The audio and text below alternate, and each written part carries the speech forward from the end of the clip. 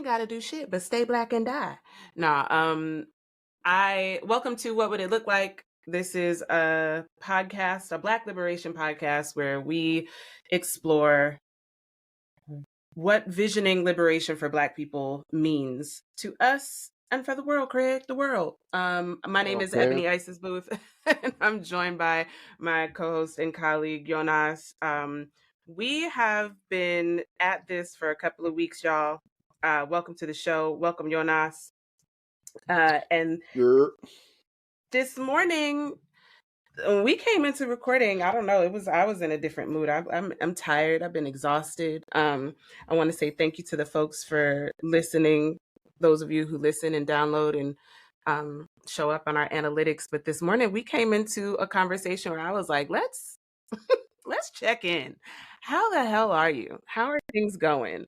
And that started a conversation that is like taking shape in a way that I think is more authentic and central to Jonas and I's relationship as friends and co-conspirators when we talk about the work of getting and staying free as Black people in this world. And so, yeah, we are kind of switching gears from like heavy, hard research of reparations and contextualizing Israel as a failed reparations package and, you know, outlining the language of liberation and what that means. And today we are taking a beat to check in to see how this work has been impacting us individually and what a way forward might look like.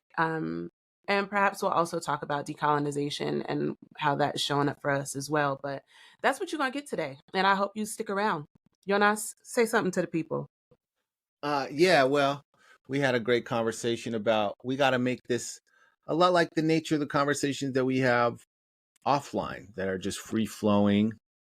And I genuinely believe are really productive without any labor. It's just very natural. We just talk about subjects and we bring forth all of the research and reading that we do in our regular lives, not extracurricular reading and research.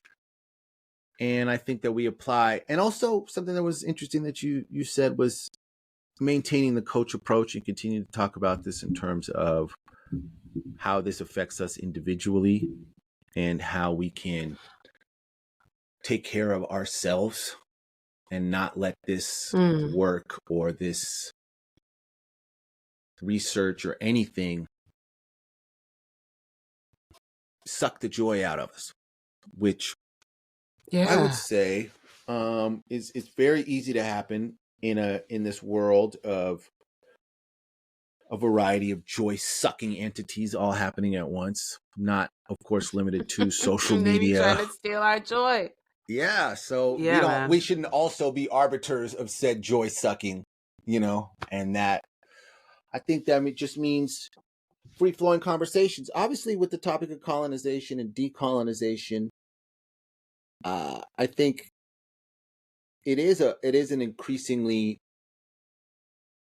more discussed term. I'm seeing decolonization. It's obviously in relation to Israel, obviously in relation to the world at large. Well, hold up. Wait a minute. Hold up. Wait, we might get to decolonization, but let's back up to go back to the individual impact of this work.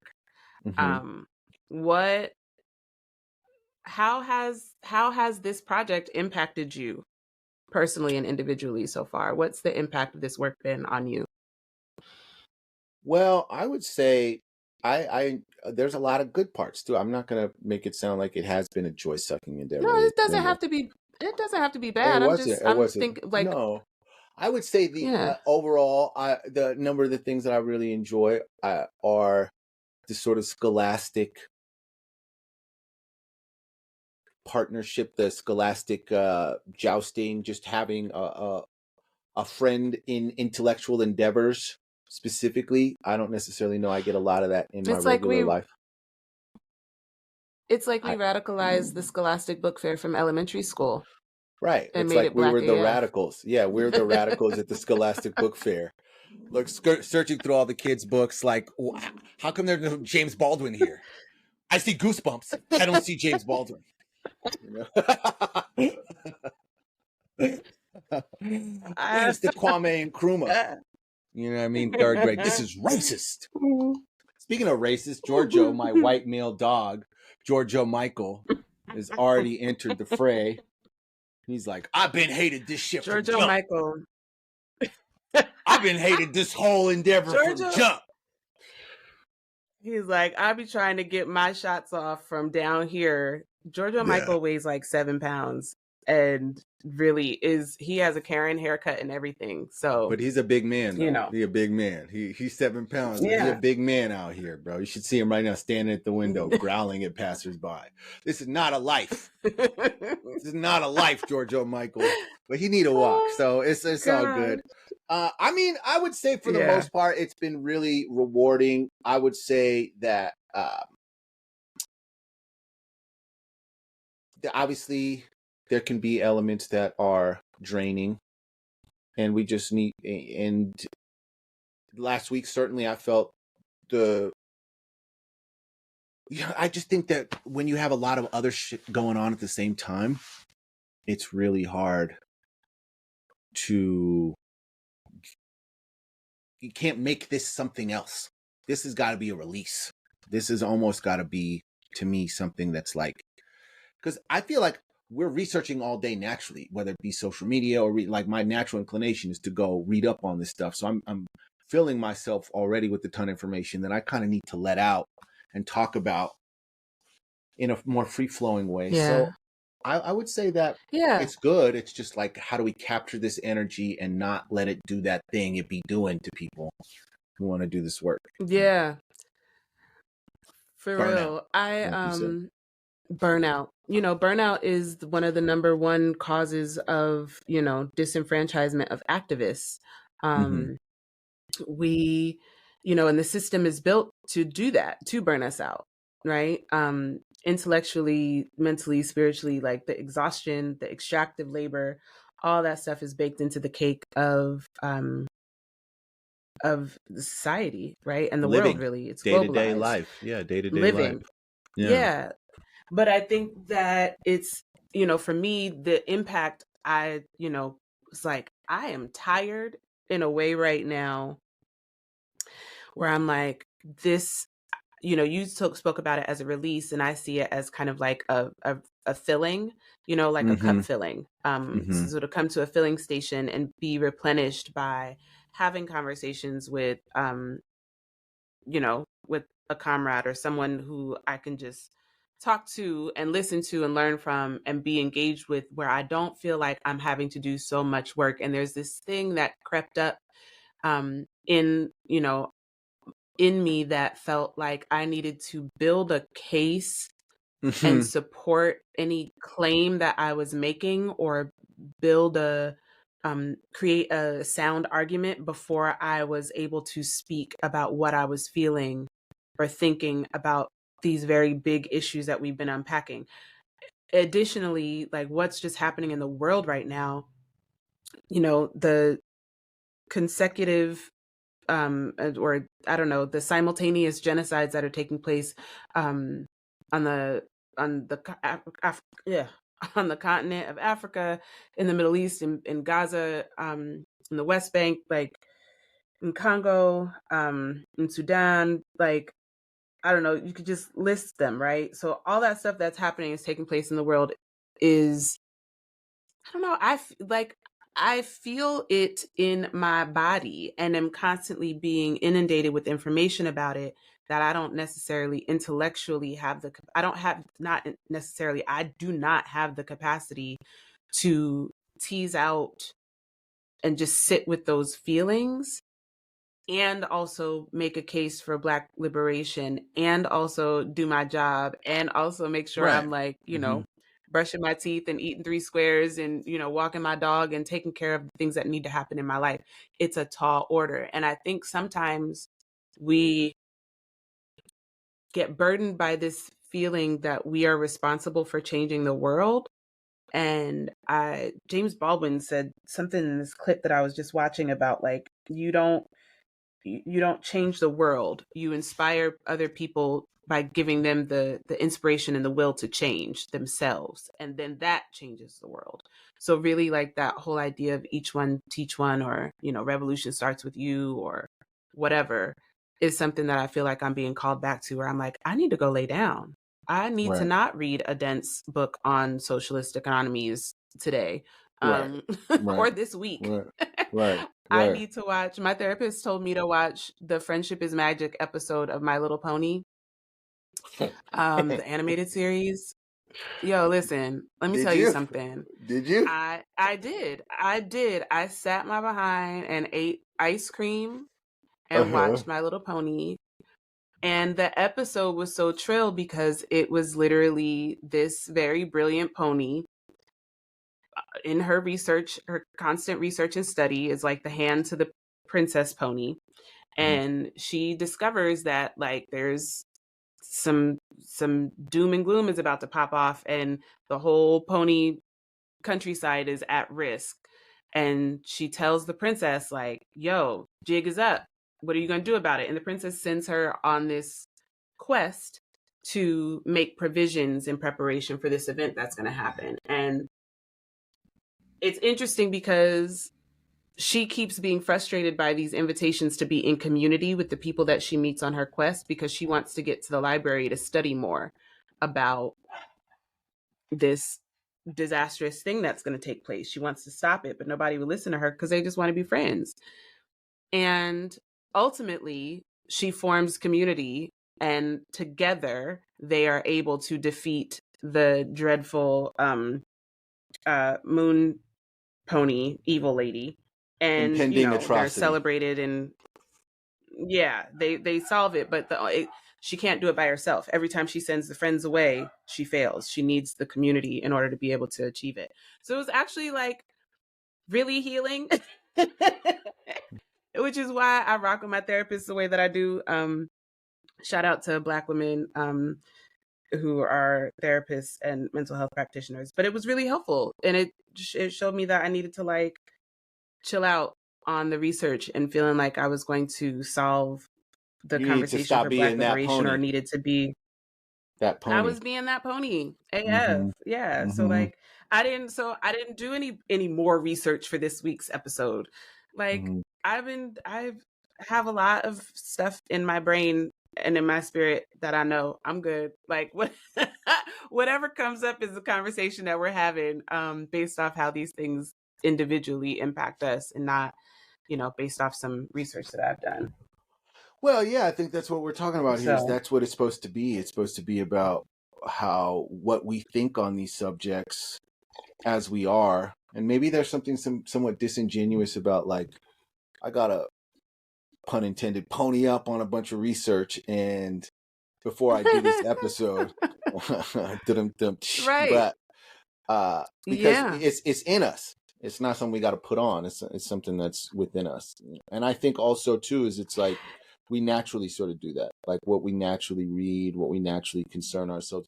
But another thing that I was thinking about that you were saying is, like, we kind of live. Obviously, time is a flat circle, but it's also always changing. So simultaneously, these are the same atrocities that happen time and time again, but there's an exposure that we have to it that is relatively new. There's like the concerns in Gaza have been, a concern for what, 75 years or something now, but I don't know that it's ever Mm-hmm. felt so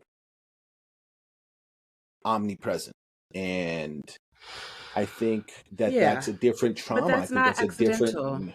No, and that's another thing too, is that there's that other layer of whatever techno overlords are attempting programming with social media that and I had this conclusion the other day that Twitter is almost specifically designed for polarization.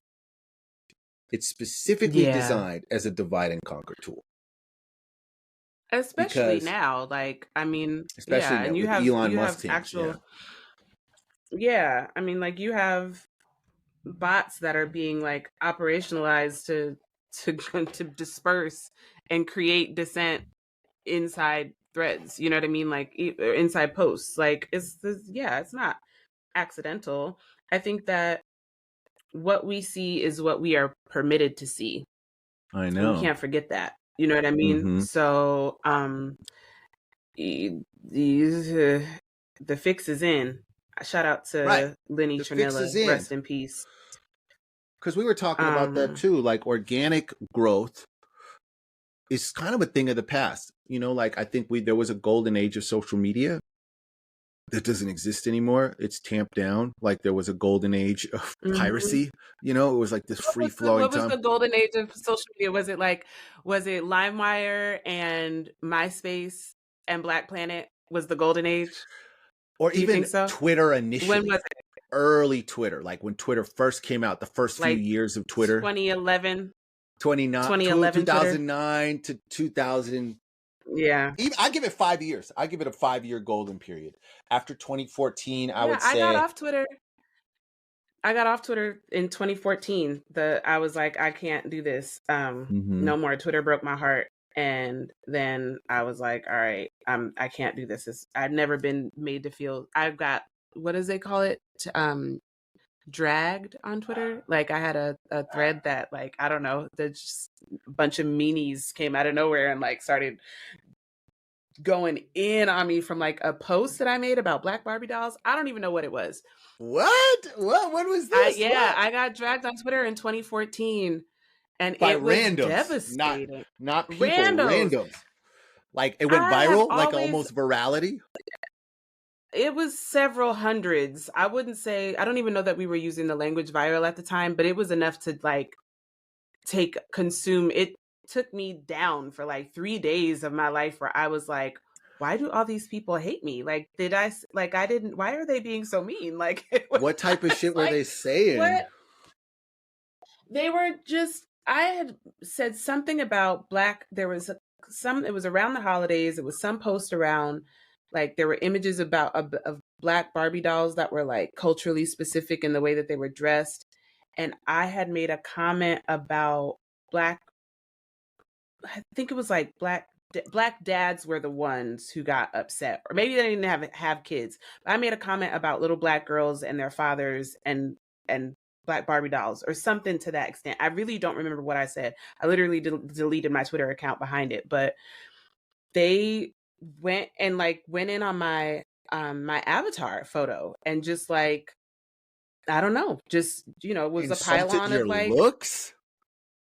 yeah, they insulted my looks behind my comment, basically saying that like I had no reason to speak. It was like I don't think it was as insane as it sounds. It was or as insane as it be when like randomly Twitter decides to like attack someone. It wasn't even like they attacked me. And for like 3 Wow. days, it was like people kept retweeting with another joke or another comment. And I was just like, damn, this is nuts. And I just like watched it happen like, wow, y'all are really upset about that. I didn't like argue back in the thread or anything because like that's not my thing. I didn't like Hmm. lock my account and go private or like change my avatar. I didn't You do just any of let those it things. play I just out. kind of like I let it play out, but it it hurt my feelings. Yeah, You know what I no, mean? Like yeah. my Hmm. feelings were legit hurt. I was like, I really did nothing to deserve this. And that's wild that whatever I said touched a chord that like this was Was like there a a collective contingent? Was attack there a and then a pylon. demographic? Was it a specific demographic you It was remember, like mostly black black men? men. So It was mostly black men. you offended black men Black as a men. contingent. Hmm. I offended black men as it relates to um I don't know. It had something. It was somewhere between these black Barbie dolls. Something I said about daughters and Christmas gifts, and these dudes did not like it. Early proto And manosphere came after you. The proto manosphere. yeah, yeah. So Wow. I was I've like, never been the star okay, of Twitter for a day. I've never That's the star of Twitter. You were the star I of Twitter have. for a day. It was It's not it dope. when it was not. It It's was not not dope. lit. Let me tell you. So like Damn. even with this whole thing about like virality now, like going viral terrifies me. I don't not terrifies me. I just don't want to deal with that. Like I'm I'm I have introverted tendencies as a personality. Like I'm a very like private person. As you should be. So yeah, I mean I think we all should be, right? And Mm-hmm. I Mm-hmm. value I value discretion and discernment Mm-hmm. is just As like do I. who I Mm-hmm. am. as a person. So the idea of like, sometimes I get overwhelmed when there's like, I don't like looking at my phone and seeing the red number on my text thread be on like higher than like 4. I don't Mm. like to feel like there's that many people. I try to keep my numbers down so I feel like I'm functioning within my capacity. I get very nervous when I look at my phone and see a bunch of red numbers that I'm like, there are people in my phone who want my attention for some reason. On Instagram, I'm like, I don't want to see a bunch of comments under a post because I'm like, am I supposed to respond to all those? Like, I'll go through Mhm. and double tap to like things back for, just so that people know like, oh, that's really nice that you said something, but I don't be trying to engage in conversations and, generate. And I hate being, let me tell you something, if I slide into your DMs with an invitation, um, and you and I are not friends, like I was doing this marketing thing for a group coaching program that I was doing. It's bigger than bath bombs, where I was literally just, so I would send a voice note to certain Black women who follow me, who've engaged with my posts or whatever, that I was inviting to come to the course. Mhm. That was not on some like, here's your 6-figure marketing strategy. It was like, no, hey girl, like there's this thing that I'm doing that exists off Instagram that I would like for you to attend. You should probably get off Instagram and come do it. I don't like engaging with people inside these social media apps in a way that, because it's not real. I don't It's want not to do real. that. I don't want to do it in my No. phone, and I don't, or my text. No, it's not. It's not a real place. Social media Well, is not a that's what real I was place, and saying. It's like it breeds something it's out of maybe a people. necessary evil. They behave a certain way that they don't actually behave. They conduct themselves in a way that they are not, and it's like a different Yeah. personality, your social media personality. So when you're engaging with people on social media, a lot of times it's like wrestling. It's like their persona. And then they have Mm-hmm. also that plausible deniability of saying, you hear this? You gotta go. Excuse me. Giorgio Michael is like, I am a viral TikTok celebrity waiting to happen. Put I'm me waiting on to have. camera. What are y'all doing talking? Put me on camera. Hold up. You gotta go, Giorgio bro. Michael is I'm sorry. like, You gotta go. You're. I'm a star in the I'm making. sorry. I apologize. You have no decorum. And he's like, you thought, No decorum dang, whatsoever. Giorgio Michael be getting kicked out the club. And then he want to give you the puppy dog eyes. He hurt now. Oh, he hurt. Oh, Yeah, his like feelings are what? hurt. Yeah. I Just like think a Karen. I Um, know, right? I think but anyway, like I was saying, like the plausible deniability of, oh, that's just social media. Oh, I just like even in that situation you described, all these men got on there and basically uses this dumping ground for like this is the appropriate place to gang up on people, to bully people, to be mean. And that's what I was saying about yeah. breeding And that's polarization. also like, but they're also in their mind, I think there's a certain level of social media or from Twitter back then where it was like, we were just, like in Philly, they call it bidding, or like, we was just joshing, jonesing, playing the dozens, whatever, where that's a thing that Black men do. Like, Right. I mean, Black people, but in my experience, like when a group of dudes get together and have a mutual disdain around a topic and want to play the one ups, it's like you get caught up being like, it's like they decide that you're going to be the basketball in their game of 21. Mm-hmm. And that's just a thing that happens. I think what social media has done is now given everybody their free reign to jump in. You know what I mean? Like everybody now, it's like everybody can play. Everybody got, So what I experienced in 2014, I think was like, it reminded me more of like childhood socialization of what it was like to be a kid. Mm-hmm. It felt like that kind of immaturity, and then something happened where it turned, and then we had to learn this new way of socialization where it wasn't just about like boys being mean and teasing you because they like you, or they don't like you, or whatever. You know what I mean? Mm-hmm. And now it's like, I don't know. It's you got people's money is tied to it, their identities, it's affecting folks' mental health. The suicide rate for among teenagers is like increased. Self-worth, images, marketing, sex bots, like what is I don't know. I feel like I sound like a boomer, but it's Well, I'm an elder millennial who is like, this is some bullshit. I don't well, know. I think maybe it stopped being social media and started being sociopathic media because it really does bring out the Ooh. sociopath in everybody. And also in the quest for engagement and what it brings Mm-hmm. out of you, because I think people, it's for some reason it'll make people without these ambitions of fame all of a sudden be concerned with engagement. Like you'll see, like you said, so many people complaining, this post didn't do as well as this post. And it's like, none of this is real. But even if it is, like you said, some people make careers out of this. Some people make careers. And like Twitter now has become something that is, you can get paid for viral tweets. You know, Elon Musk sort of monetized viral tweets and the pay system and all this other stuff. So now there's this other That's level of wild. like, yeah, like I seen the other day, this lady was like, claimed she slept with Bow Wow and it was good or bad or whatever. And then a Okay. couple of tweets Girl, later was like, what? well, a couple of tweets later was like, I need a viral tweet to make some money. So she's just like openly lying about what, you know, in order just to get some bread. So now you have this whole other element of now it's really breeding this savagery for financial gain. It's not just savagery for its own pleasures. So that's a whole other layer of malfeasance, and that's what like what you were saying about like this maybe being rooted in actual social customs, but then you put on top of it these sort of capitalistic concerns, but also this interconnectedness with the world or perceived interconnectedness, and it's like that same social behavior mutated and filled, pumped with radiation and turned into a monster. So the dozens meets radiation is a black Twitter pileup, and it's Oof. interesting because I think there's a lot of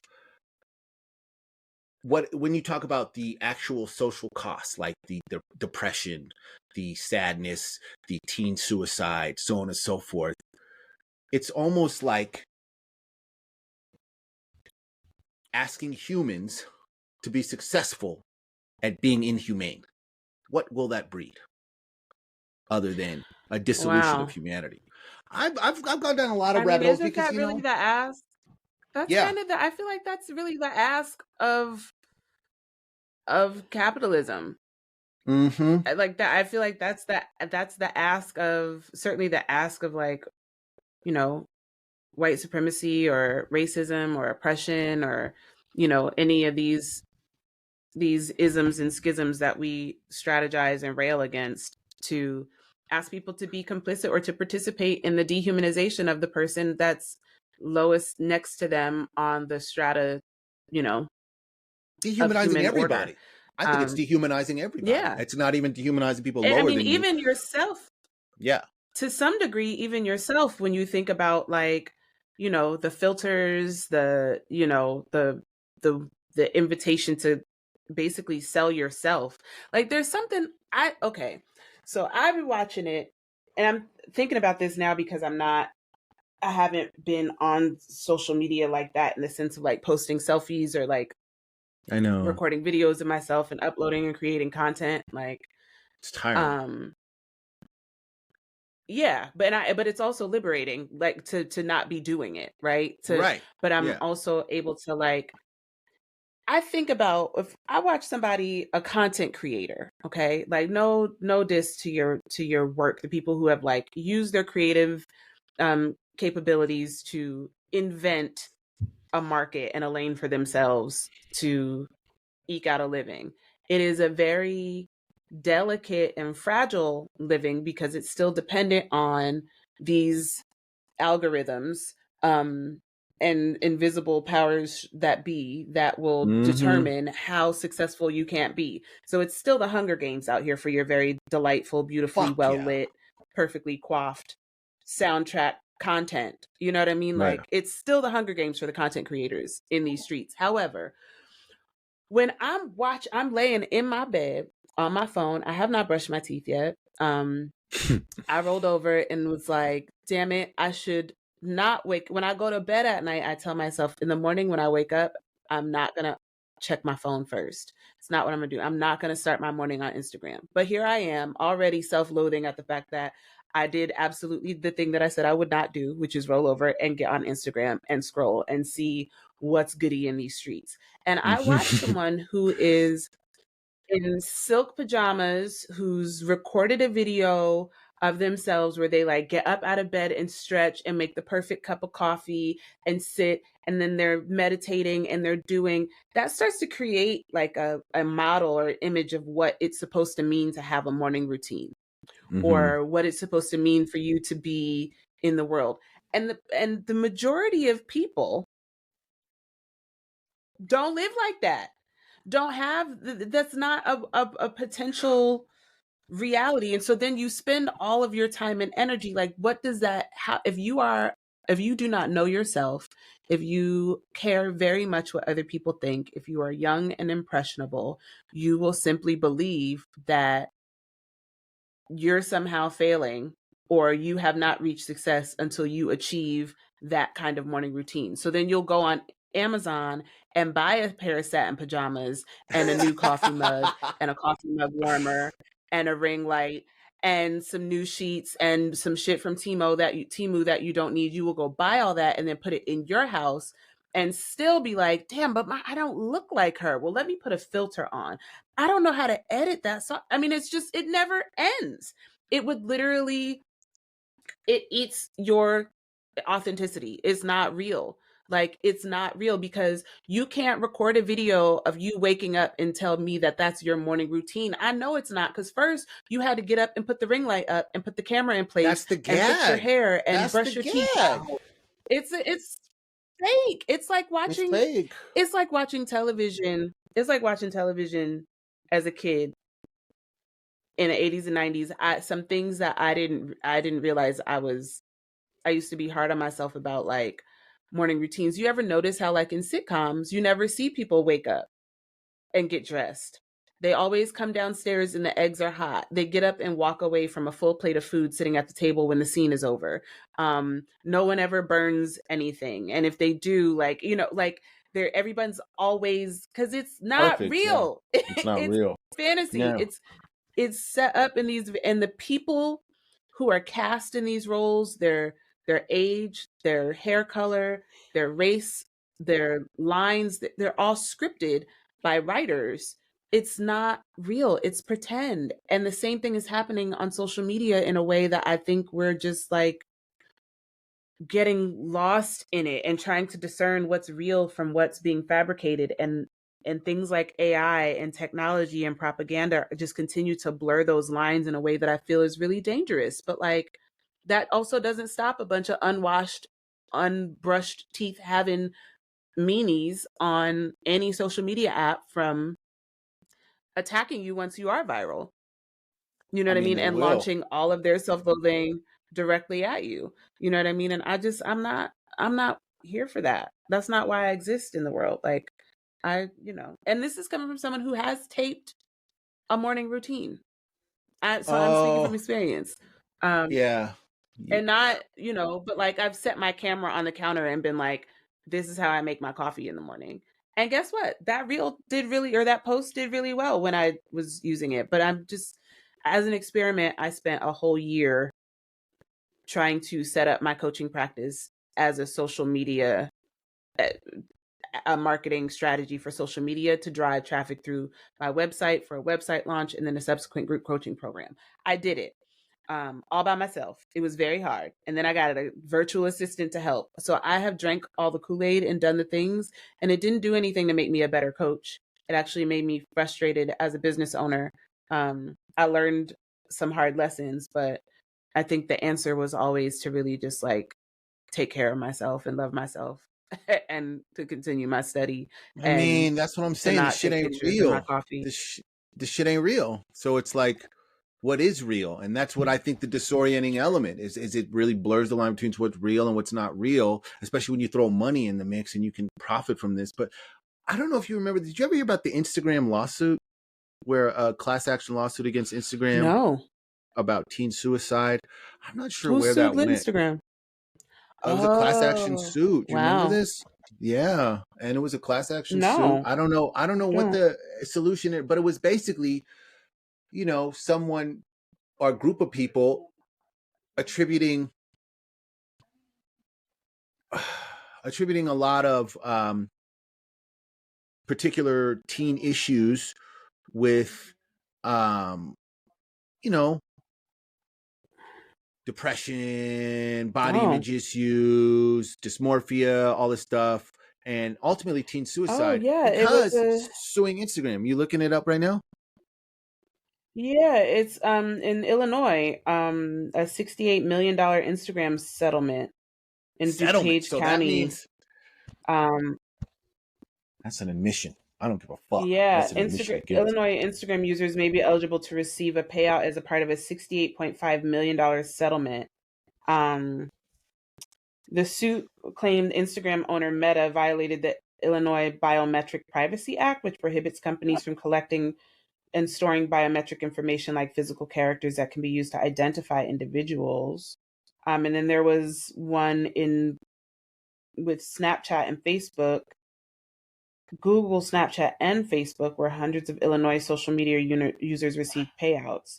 I don't know that it doesn't say anything about suicide, but it says I that remember the biometric only reason data. I'm saying this is I remember literally hearing it on the radio. Like Wow. literally, it was like how they be doing those class action You might be lawsuits. entitled. You might be entitled Right, to a reward. right, Yeah. right. So that was the extent of it. But I think that there's a lot to be said for the way that this is, like I said, like you tied it to capitalism, late stage capitalism. This is late stage social media, and the response is always something of hopefully it's like a wholesale rejection. I think Mm. that people are starting to come to terms with the fact that organic growth and organic virality and all of the initial advantages of social media just don't exist anymore. And Mm-hmm. so I think, like, for instance, I'll give you an example. As a musician, as an artist, it's pretty clear, and it's not just me, but to all my artist friends, that when you try to share your work or your art, the algorithm strangles it, whether it be flyers, Mm-hmm. whether that be your music, but if you put a selfie, you know what I'm saying? Or something Mm-hmm. like all of a sudden it gets boosted to where it's like we're all sitting around talking. We got to figure something else out because this ain't it. And I think that that's immediately making us talk about organic, grassroots, community based interaction, personal interaction, almost Mm-hmm. revaluing the human connection again, not just as a rejection of social media, but literally as a means of survival. Because if we rely on this mechanism to provide us, because one of the things about like Instagram or is they really rely on persistence, consistency, constantly uploading, constantly creating content, and the algorithm rewards you for being perpetual and punishes you for being human, for being like, no, I'm off, and I think that Yeah. there's and then there's also the fact that it's democratized advertisement now. People, if you really want shit to go, you got to Mm-hmm. pay to spread. So just from a business Mm-hmm. perspective, why would they allow organic virality? If you are trying to sell something using their format, why would they do that for free? So it makes sense that they, as part of late Yeah, stage because capitalism, you're the makes sense that they would do it that way. yeah, but That they would say, you're the thing that because you are the product. You are the product. Your mm-hmm, account, you, the user with the phone in your hand, you are the product. mm-hmm, So if they can't make any money off the product that you're selling, why would they right, right. you know what I mean? Like position you in such a way that, you would be successful. Like, I mean, like if you especially have if you 16 don't million create followers, content frequently enough. 16 million people can't see your shit. That's by design. Like if you have 16 million followers or 15 million Yeah. followers, that's more than a Super Bowl ad. You know what I mean? Like they're not going to just Yeah. let you have that. You got to Absolutely. pay to utilize this. And that was this No. big change I think that did occur Mhm. in like 2015 or 2016. I remember them saying like, now if you want full access to your followers, I remember it was Facebook first. If you want full access to your followers or your friend group, you're gonna have to pay for it. And that was very explicitly stated in the You're gonna new buy these terms and ads. conditions. Yeah. And even then, Yeah. the I mean, ads I got won't off Facebook guarantee first. positionality either. That's the other thing too. Is like No, if because they worked, it'd be a they failsafe. make you Well, they also make you do the work of indicating where you think the ad should go, and then they go in and scan it to determine whether or not that's correct and still show it to who they want to see it. You know what I mean? So they're still Oh wow, controlling I didn't it even know and that. kind of trickling it out when you create a Facebook ad. This was years ago. I also like, so I got, I think it was 2015, Mm, which was another turning point for social media and what it was doing. Is a lot of organizations were like, oh yeah, we need a social media presence. So people started hiring social media managers, right. or giving employees social media roles inside their marketing or tech roles and things like that. But they did that without really understanding how social media worked. And everybody did so with the expectation that they would have posts that went viral, get a lot of followers, have a lot of engagement, and it's all going to be great. Can you make a post? I don't.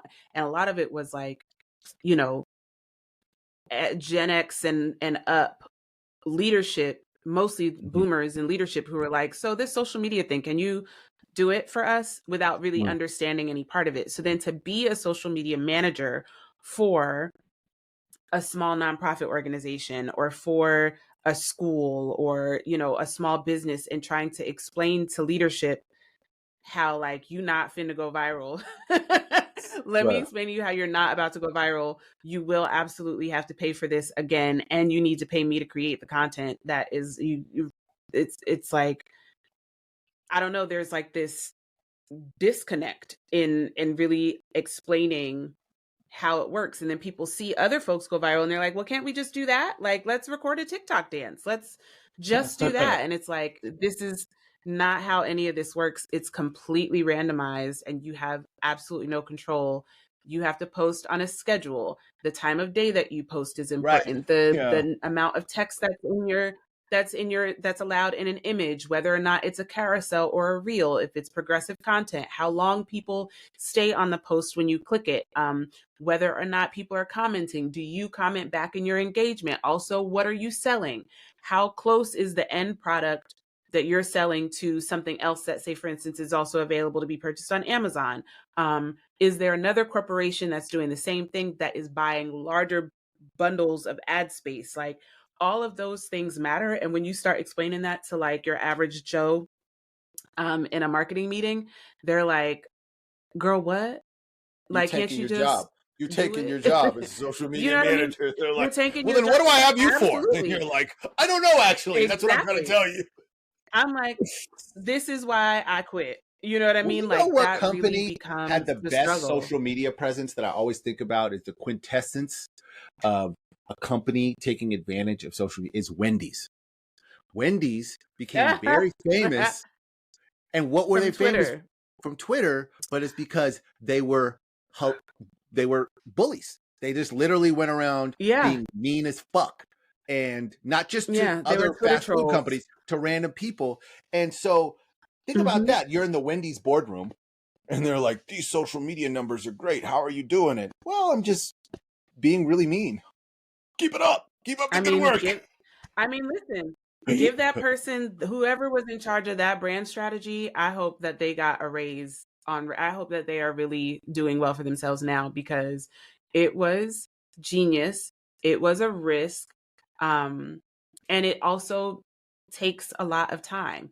Like, I stopped doing getting I got off the social media job hunt or bandwagon. I took that out of my literally took it off my resume and CV. Like, I don't ever want to do social media strategy management again, because it's like, it's a fool's errand. It's not, I don't think anybody is ever paying anyone enough money to do as much. How I don't think they realize how much time, how many hours you have to be engaged on the app in social media constantly in order to amass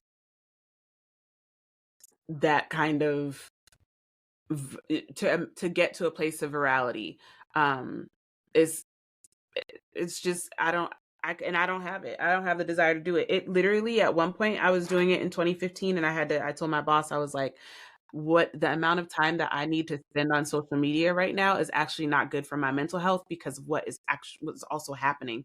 Like, that was during the time, like, Mike Brown's murder, Ferguson riots were happening, and I'm like, all that exists on social media right now is Black death and the backlash from that. And you want me to post about like Montessori children's art school classes, and you expect that to get traction amid what is happening. And I can't make that happen for you. Like, No, I know. it's just I not know. something that I can That's do as a interesting single serving too. human being. Afro pessimism, social media totally reinforced Afro pessimism, that Black violence as a necessity for the human psyche was, it's Yeah. made clear with social media. It's made clear. Yeah. It's interesting because I Absolutely. think that in capitalism, every good idea gets tainted. Every good thing gets, that's the natural progress and process of what capitalism does to human excellence. It takes it, it Yeah. extrapolates it, it commodifies it, and it literally puts a lifespan on it that by exploiting it past the point of its. So with something like social media, I think one of the things that occurred across the world industrially was like, you have to make things get to critical mass and then monetize it.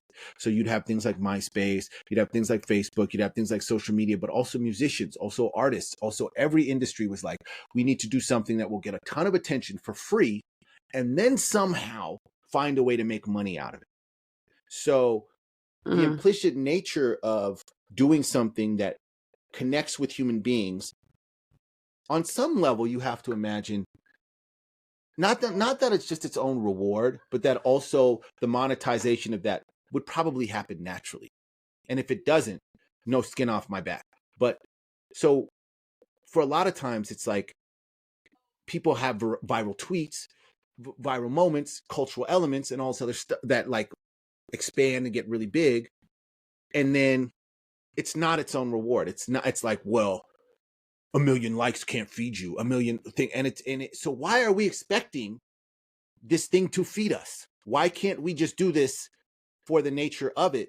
And I think that that's part of the thing about the entire system at play is it's like nothing can be of its own value. It must immediately be like, well, how Yeah. is this paying you? How is this housing you? How is Yeah. this? How are you commodifying this? If you tell somebody you love doing something, like I remember one time I had a conversation with somebody and it's like, well, art is my life's work. I do art. I'm an artist. That's not what's paying your bills. That's not what you do. Who told you that? Who taught you that? So I think a lot of times Yeah. Oh that yeah, thing for will sure. threaten your mind, and then you'll be like, so let's say you are somebody on Twitter who's good at tweeting. There are people who are naturally good at tweeting. They write tweets that are, and so Yeah. then they pour into it. I am not one of those people, I'm for not, the but record. that's what I'm That's saying. I'm not not for me. short I'm not one of those format. I'm people. not. I'm not. So I'm saying I respect it. It exists. Mm-mm. These same Yeah. people now, it's like that is not its own reward. Oh, you just on there tweeting. You're not making no money tweeting. Blah blah blah. You know, and it's like, and so now you have tweeters or twitterers or xers or zitters, whatever the fuck they are now, and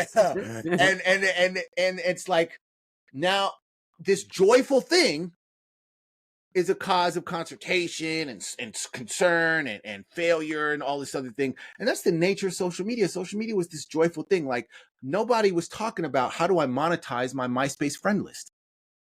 You know, nobody was talking about that. And No, then I was just trying to figure out how to get my Black Planet page to have music play in the background and make my wallpaper move. Like those were the things and that make some I was most friends. I mean, interested in. I made friends, you know? Yeah, you met people, Yeah, community. You met friends. You yeah. can't make And friends it no wasn't more. about this concept, this word followers. Like Yeah, that changed things, I huh? Friends to really, followers, huh? I Friends to mean, followers. That's interesting. Yeah. That's I interesting. followers sits in a really, I don't like the place that sits in my throat. There's some gunk on it. In like followers, everybody has followers. I don't know, but like, Everybody. don't nobody. Who are you leading? Who are you leading? It's like It's a weird followers. My word. brain immediately goes to leadership, right? And so, and even then, maybe not leadership as a behavior, but leadership as like a cult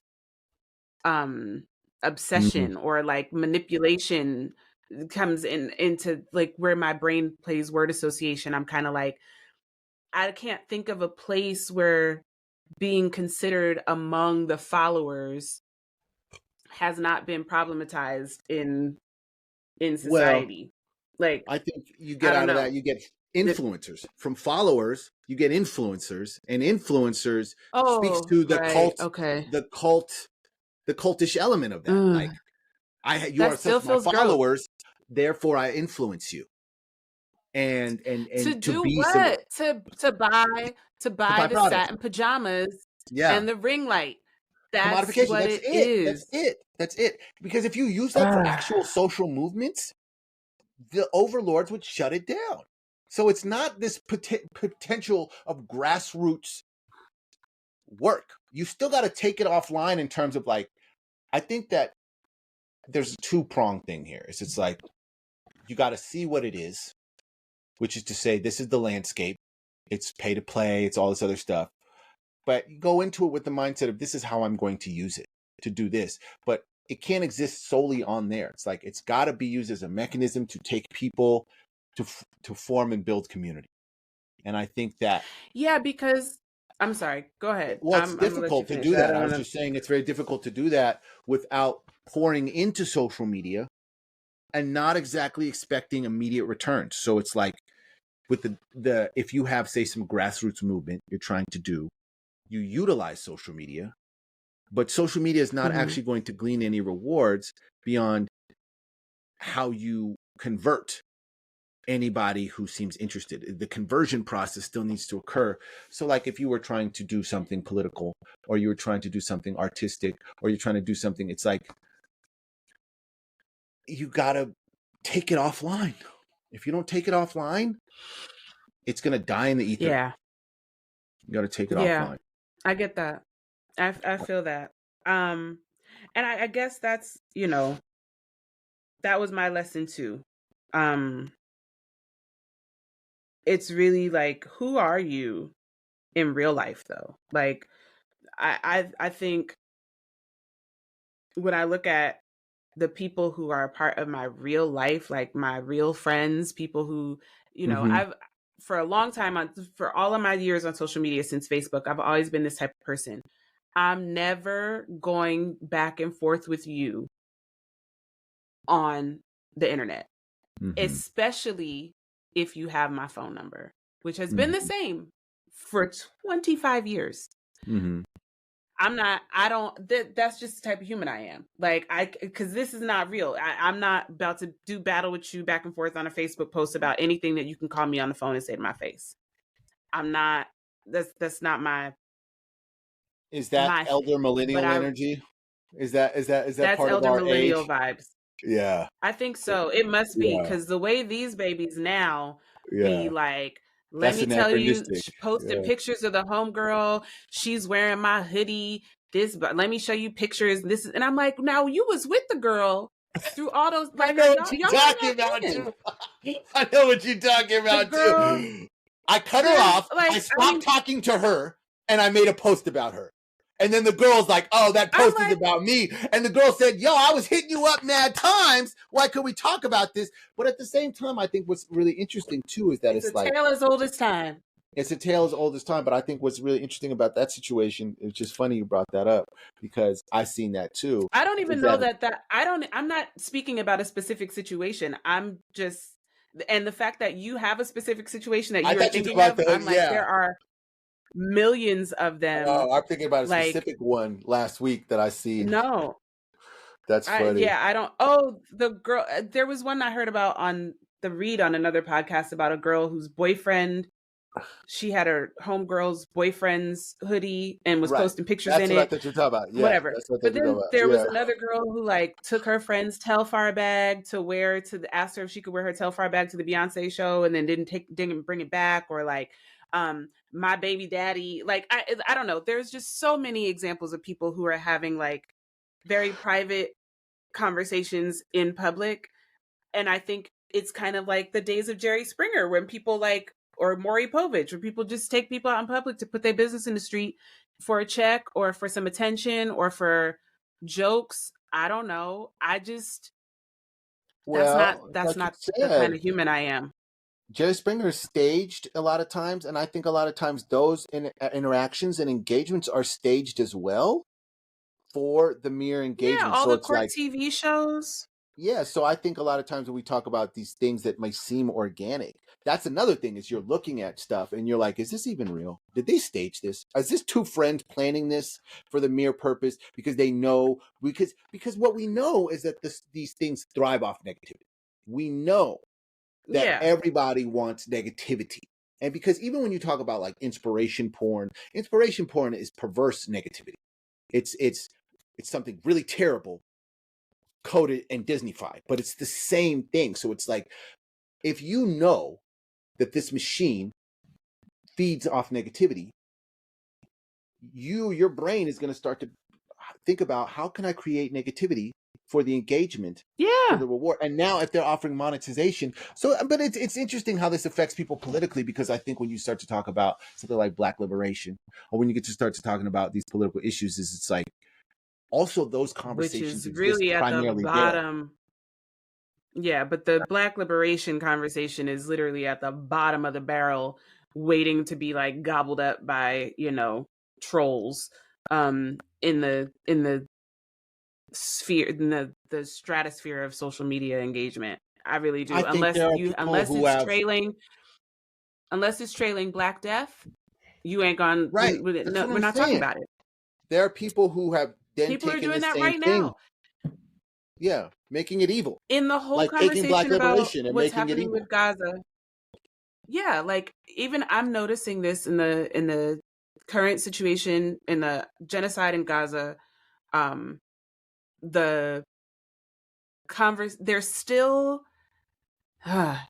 there's still this energy of anti-blackness that is like moving just beneath the surface of the conversation as it relates Fuck to the yeah. IPOCs in the BIPOC.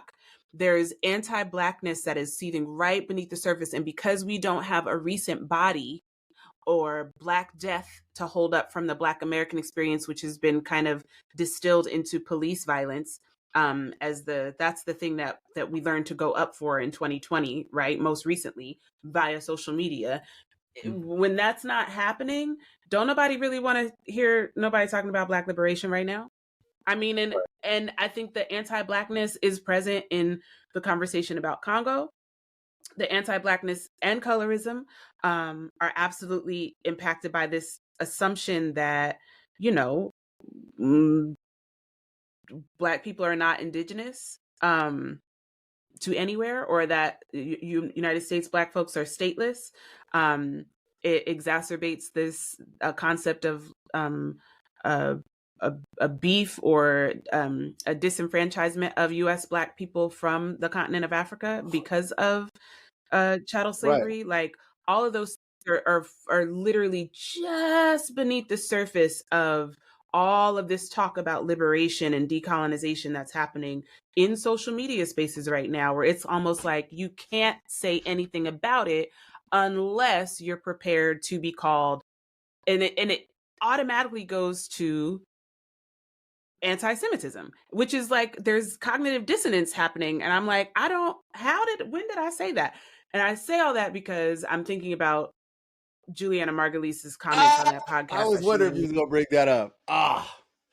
And I That made mean, me maybe mad. That made me this ain't mad, that bro. deep, No, it is that deep. but Fuck I her. mean, do you see how like she had to extrapolate, she had to create violence, Black violence, by in her imagination imagined Black women being beheaded and having their heads kicked down the street like soccer balls. That's what she imagined because of what she knows about the extent of hatred that is present in herself and in Zionism at large, in anti Blackness on a meta level. That is so deeply embedded in her that even in her hypothetical statement of trying to defend Zionists, she needed to like create Black violence. severe Black violence against Black women. and also lied on the girls, and said that they said a thing that they did not say. They did not say What? no Wait, Jews wait. allowed. They said Okay, no Zionists. I can't. Okay, I'm I gonna only know what okay, she you said I'm gonna look it about up. black people in terms of why don't you stand with us? She was talking in specific. But there's more Yeah, stuff you're telling me here I'm not yeah. familiar with. So I'm gonna find Juliana, because I am, whew, man, girl, listen. And I watched The Good Wife. I used to I rock know. with I Alicia know. Florrick. Is I that really her? Is did. that I her used to character? rock with Alicia Florrick. Was that her character? Yeah, and I mean, Okay. yeah, and then she went on to say some more like anti-black, anti-feminist, anti-black womanist, and then like, okay, so there was a college group of black students that had a discussion or conversation that they were holding on campus around the conversation of Palestine. They had put a Okay. sign on their door or registration or whatever it was that said, "No Zionists allowed." She took that to mean that they were being anti-Semitic and saying no Jews allowed. And on this podcast, she said, she was on this episode of The Back Room with Andy I Ostroy. know that. I know that. But I Okay. didn't know this. I didn't know about this college thing. I didn't know that was the background that started So her rant. she said that the Ken Burns documentary, The US and the Holocaust, should be mandatory watching, especially for the black community. Hard, just way out of left field. Just we catching strays. Remember, like, especially for the black community. If I may, because Hitler got his entire playbook from the Jim Crow South. Margulies, star of Good Wife, goes on to say the Nazis were watching how the Jim Crow South were treating slaves and said, all right, so the Nazis were watching how the Jim Crow South were treating slaves and said, oh, great, call, let's do that playbook. That's what we'll do to the Jews. The Jim Crow South took place after World War II, but go off, sis. Which is also why in the civil rights movement, the Jews were the ones that walked side by side with the blacks to fight for their rights, because they know. And now the black community isn't embracing us and saying, we stand with you the way you stood with us. So then she goes on to say about Jewish allies who died for the cause of civil rights. But then she said, where's the history lesson in that? Who's teaching these kids? Because the fact that the entire black community isn't standing with us, to me, says either they don't know or they've been brainwashed to hate Jews. This part I heard. But when you've been marginalized so much as a community, the way I feel we have, isn't that when you step up? She added that this country would be in an uproar. She went on, she said a lot of shit. This country would be in an uproar if the bus drivers had walked out, stranding about 900 area people from a destroyed area Jewish group who were trying to attend a march for Israel in Washington, D.C. last month. But because it happened to the Jews, for some reason, it's laughable. She also mentioned a flyer for a screening of black lesbian films on campus at Columbia University in October. A message shared with the flyer online read, Zionists aren't invited, not allowed. Zionists aren't invited. While doubling down on her messaging, the organizer of the event told the New York Post that it did not mean all Jewish people were disinvited. Of course not. So then she says, this is that bullshit. And as someone who plays a lesbian journalist on the morning show, yeah, this I heard. I am more offended by it as a lesbian, which you are not a lesbian. Again, you are not a lesbian. Okay? Oh my God. Juliana. Oh my, as an acting lesbian, as a performing lesbian. Yo, as a thespian lesbian. Yo. She said, I am more offended by it as a lesbian than I am as a Jew, to be honest with you. Because I want to say to them, you fucking idiots, you don't exist. Like, you're even lower than the Jews. A, you're black, and B, you're gay, and you're turning your back against the people who support you. Because Jews, they rally around everybody. Okay, so that, first of all, makes me want to vomit that I even repeated those words out loud to say them into a microphone. It makes me mad. It makes me so mad. It makes me so mad. I'm like, Okay, Mm-hmm. and whew, it makes me mad and I want to cuss. I want to cuss and I'm trying to stop Speak cussing. on it. Why? Why? Oh, you are? Why does it make me mad? First of all, because whiteness continues to misread and tell the truth of it. It only uses black bodies as leverage for Only. arguments Yeah, in specifically. Yeah. anti-blackness. So her comments about, you don't exist, you don't exist.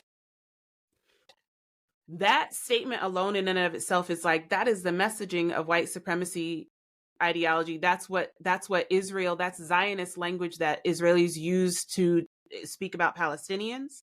There are no Mm-hmm. Palestinians. They don't exist. That's Zionist language, first of all. Mm-hmm. And Zionist is inherently anti-black. Mm-hmm. The falsehood in her historical rhetoric around the playbook that Nazi Germany used was based off of the eugenics movement. And eugenicism had been something that was studied long before that, in the early 1900s up until the 1930s. So the way Mm-hmm. that Nazis were positioned to continue to hold court in medical research, it was around disabled people, it was around poor people, it was around Black and Indigenous people. Like, there were so many people who were a part of the experiment of oppression and dehumanization that fed into the justification for Nazi Germany to say that Jews were subhuman. And as always, anti-blackness was at the base of that. But that was something that happened. The Ma'afa went back 400 years before old girl is even making a case for Hitler and the Holocaust. So it's like, you got your facts backwards and confused. The Jim Crow South was not slavery. Jim Crow were the laws that were put in place post Reconstruction era that were about segregation in the South. Was eugenicism still a part of that? Yeah, but that seed had been planted hundreds of years prior. That was the whole justification of the phrenology that said that Black people were subhuman. Like, Mm-hmm. but so you're wrong. You're wrong. But B, you're arrogant in your claiming that for Black feminists to screen a movie and say no Zionists allowed, no Zionists are invited. Like, why would they be? Why would you be invited? And you think that Black people are not defending Jews? Like, Black Jewish people got access to their whiteness by by following the playbook of the civil rights movement. Like, Yeah. they were leveraging their permissibility to engage in whiteness. That was something that was facilitated by Zionists who wanted to establish the kind of I guess, what would you call it, infrastructure or foundation to set up and prop up and uphold the entire Israeli state. So that was still happening. Well, they I want a don't know. monocultural ethno state. Just, Yes, yeah. to So the monoculturalism. don't blame Black people.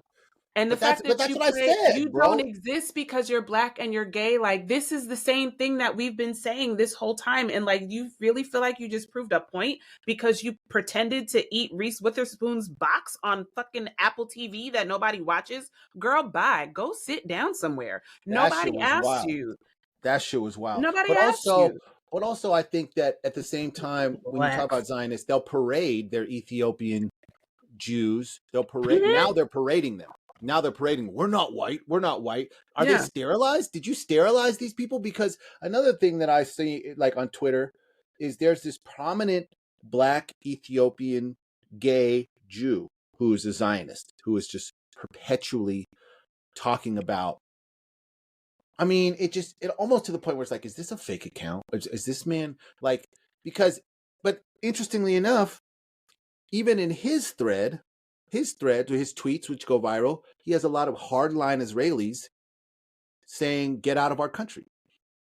When he's on there doing the work for them in a way to combat a lot of the narratives about them. But I think when you talk about somebody like Juliana Margulies, what it makes me think is, oh, this is really the opinion of all middle-aged white women on this subject. I mean, She's here's the speaking thing. for a large swath of people. That's really how they feel. And You're like not I telling said, me Israel anything I don't also already too. know. But She's also not Israel saying said this. that. Israel said there was a big Israeli conference. I told you. Did I send you that video where they said the biggest threat to Israel is young Black people in America in terms of how we control the conversation, how we control I culture. Did you what see that? I no, but here's the thing. Here is a thing that makes also makes me feel sick to my stomach is that I think when we look at, June Jordan and, Malcolm X and James Baldwin and Mark Lamont Hill and Amanda Seales and like just Black people past, present, and those of us who are going to continue this fight into the future for Black liberation have always told us to be wary of what is happening in Palestine. They've always guided Yeah. us like the reason she's so wrong because our activism, our revolutionary, our fight for humanity and liberation has always been bound up with Palestinians. And Mm-hmm. so when with Native American folks, with anybody who is suffering under this, and like nobody gets free until the most marginalized among us are. You know what I mean? So like for her to take a shot all the way at the margin, way out of left field, leveraging the civil rights movement as if anti-Blackness isn't something that's baked into the cake of Zionism is just like, I don't know. It's a Well, special kind of I think she said something grossness. fucked up. She said something really fucked up in comparing the two because Black people in quote unquote Jim Crow South or whatever, we're not engaged in colonization. We're not engaged in the oppression of anybody. So for her to make some sort of comparison between Black people who are under oppression to Zionists conducting oppression and asking why those of us who have experienced oppression don't side with those of us who are engaging in oppression, it speaks so incredibly loudly about her low esteem for the political consciousness of Black people and also how little attention she's been paying. Because, like you said, the anti-Israeli, not anti-Israeli, but the anti-Zionism, well, ostensibly also anti-formation of Israel entirely, has been baked into Black radicalism and baked into Black political consciousness for so long that, like for instance, my dad, when I was a child, my dad has always taught me about Israel. Since I was a kid, he was the one who taught me he uses this analogy all the time. It'd be like if somebody moved into your house one day, they came to your door, hey, we're taking the living room. Mm-hmm. What? Why? Because I used to live here 25 years ago. I want the living room. And you're like, no. Yeah. Okay, you could have the living room. You wake up the next morning, they're in your bedroom, taking the bedroom. Next morning, wake. My dad taught me this when I was fucking 7 years old. Yeah. 9, 10, 11. Because I think at the end of the day, we identify so deeply with the condition of oppressed people throughout the world. That's where Black people, and it's in our DNA. So like, you can't really convince us to not only be blind to what our eyes are seeing, what our ears are saying, but also what our literal DNA is telling us. This is triggering in such as a ways to where we know this playbook. We have seen this. So when she says, why don't you stand with us? Is it because this is the same shit y'all been doing and you're doing it to somebody else and we're not with that shit at all. At And all. Jewish people who stood in solidarity with Black people were by Tend and to large oppose not, Zionism. Tend to not oppose Zionism. not Zionists. Yeah. I just want to say, while I'm out here quoting, she absolutely did claim that non-binary anti-Semites would be beheaded and have their heads used as footballs in Islamic countries, as to prove a point that somehow we should be standing with Israel because they are fighting for our right to exist, because we would not be welcome in Islamic countries. Do I believe that there is anti-Blackness in Islamic countries, of Islamic course. countries? Absolutely. But again, who is the oppressor? You know what I mean? Like, who is the colonizer and who is the colonized? And it's not to, it's like in Afro-pessimism, when Frank Wilderson's talking to his Palestinian friend who says that, it's awful to be, oppressed and Worse. subjugated, Mm-hmm. but it's worse to be frisked by an Ethiopian Jew than it is by a white Israeli Jew, or an Israeli Jew. I won't even say white because, that's whatever, unnecessary. And it's kind of like, yeah, anti-Blackness is anti-Blackness is anti-Black is anti-Black. But don't nobody want to Well, talk about that. You know what I mean? Like Well, nobody wants to hear that. And I'm not saying that in a way that like I'm not here to play the oppression Olympics. I'm not but I have to name, like you said, the trigger that is cellular for me, for you, cellular. on Yeah. a cellular level of like generations upon generations of this. Like if Palestinians have been experiencing this for 75 years, Black folks living in the United States of America have been experiencing it for 400, 500 years. The continent of Africa in and of itself has been being incessantly colonized and extracted from, stripped of its natural resources since the 1400s. Like, you know, the native indigenous folks who are native to this, to Northern America, are like, have experienced a near complete genocide. You know what I mean? So it's like we are, all of our liberation is bound up in the other, and until we realize that anti-blackness and the way that we've internalized it is the thing that's eating the movement, I think that we might still be spinning our wheels. And I think that we do pose a threat to Israel, but I think that young Black voices in the movement being named as a potential threat is really dangerous, because that also means that we become a target. And I think I that when we mean, start I thinking gotta say about, something, listen bro. though, hold on, when we start thinking about what's coming down the pike in this next election, and the way that youth are talking about like not voting and you know, not believing in the political system or whatever, when you know young Black men are talking about the percentage of their choices to vote to reelect, to elect Donald Trump again for president, all those things that are happening, the way that it's like you have to have some foresight down the road into the future of what it is that we're envisioning and how this plays out.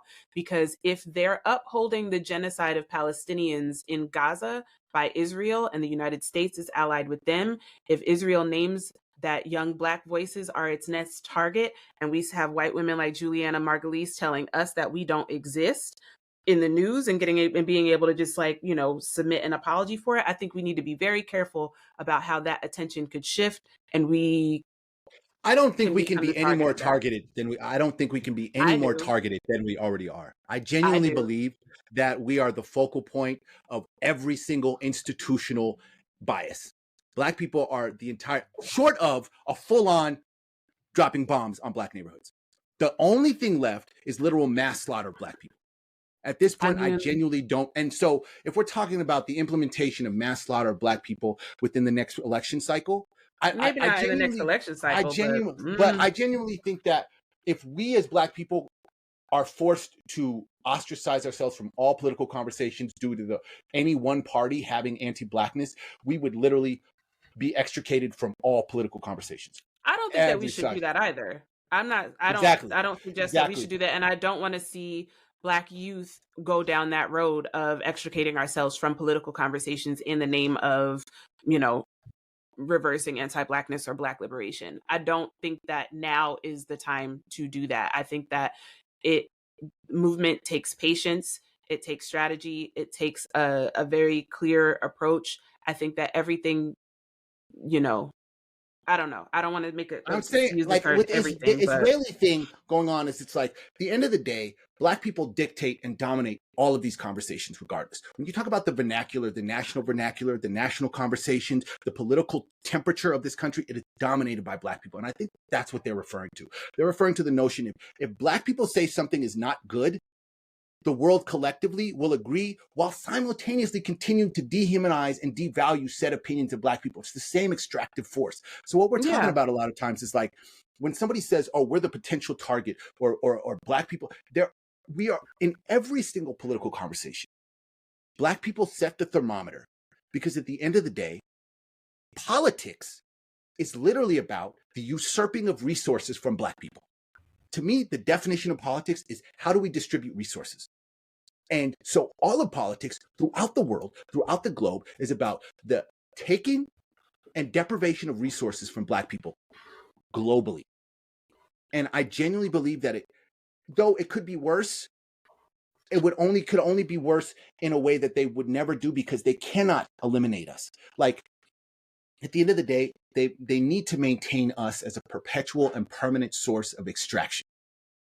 So there's also this incubation. There's also this form of protectorate that goes around Black people, so far as that they can take from us and maintain us. So it's like America's relationship with Blackness is not necessarily one of the same, like, you know, in Afro-pessimism, they talk, it's not the same as anyone else because there's this extractive element that exists, a permanent extractive element. Yeah, like it So needs us to it needs us to be the batteries. It needs us to be it needs the, us, you know, it right? needs us inside. Like we're, I mean, yeah, because the capitalism was built on us. You know Blackness. what I mean? On That's blackness. what I mean. You know I what I don't think mean? it could get On the worse. construction of race.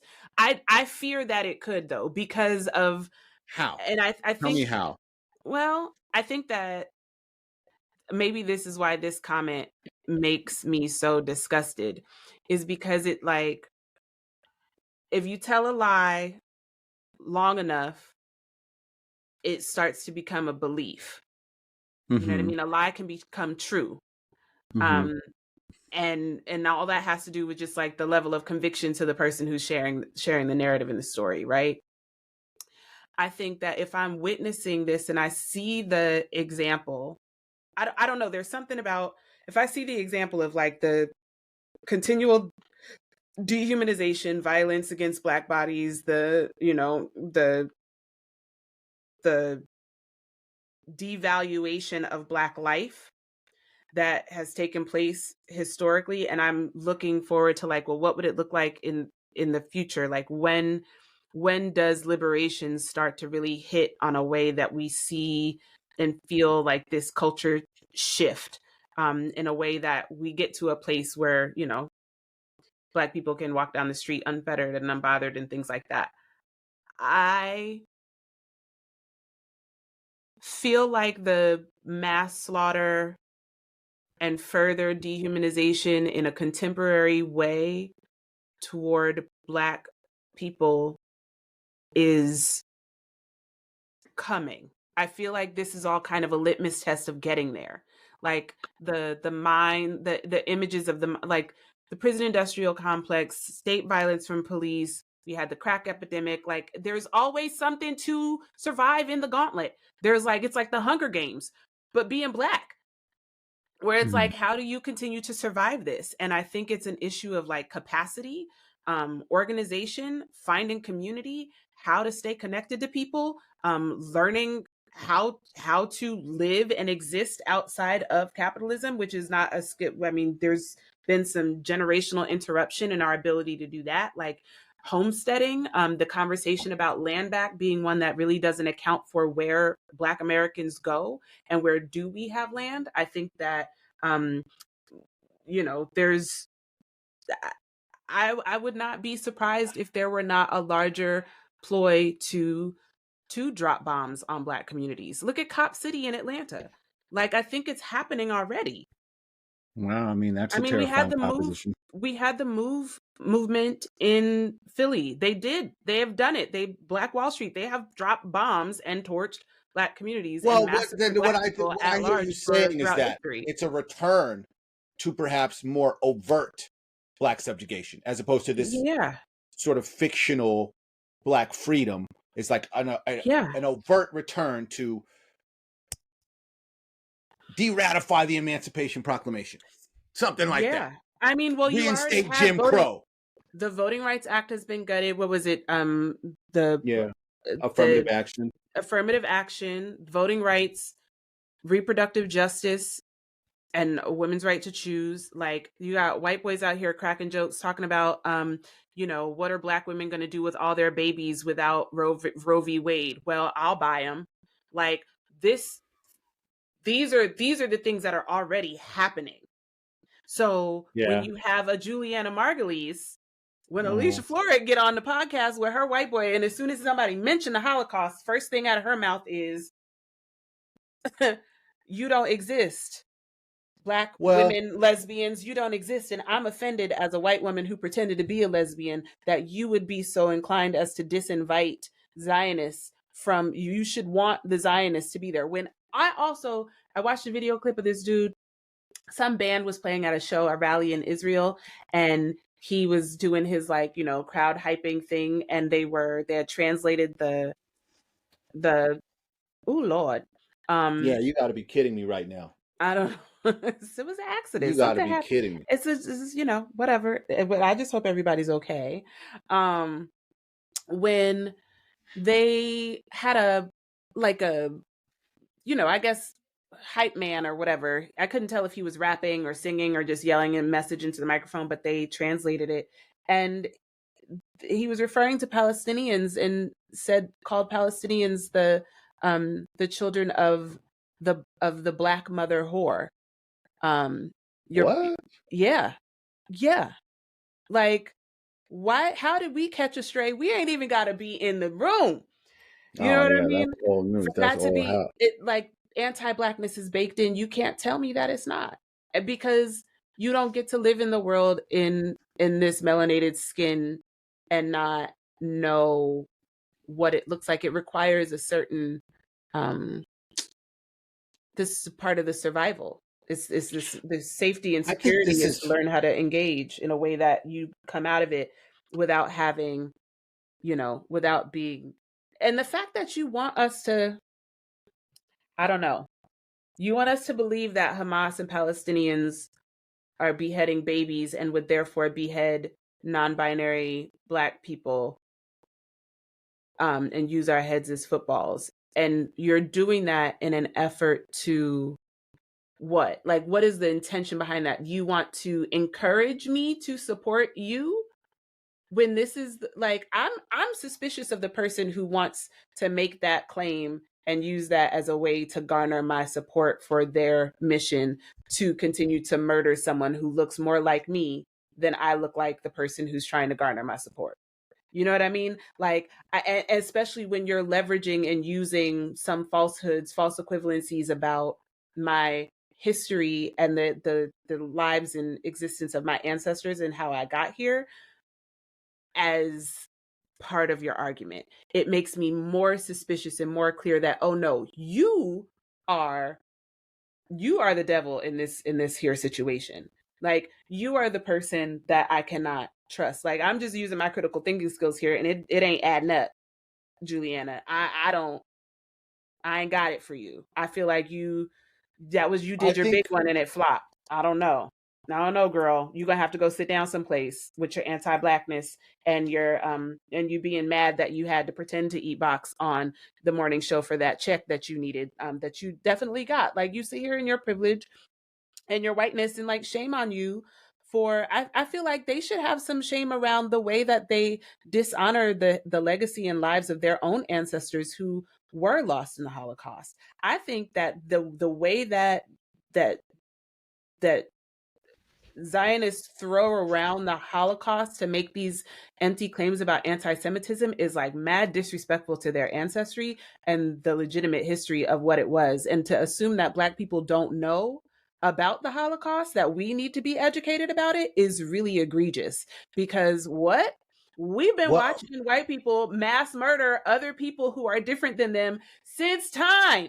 Nobody is confused about, no Black people are confused about the Holocaust. We get it. We are also like, we went through our own kind of Holocaust. Could we maybe get some resources, benefits? Could you get your foot off our neck now?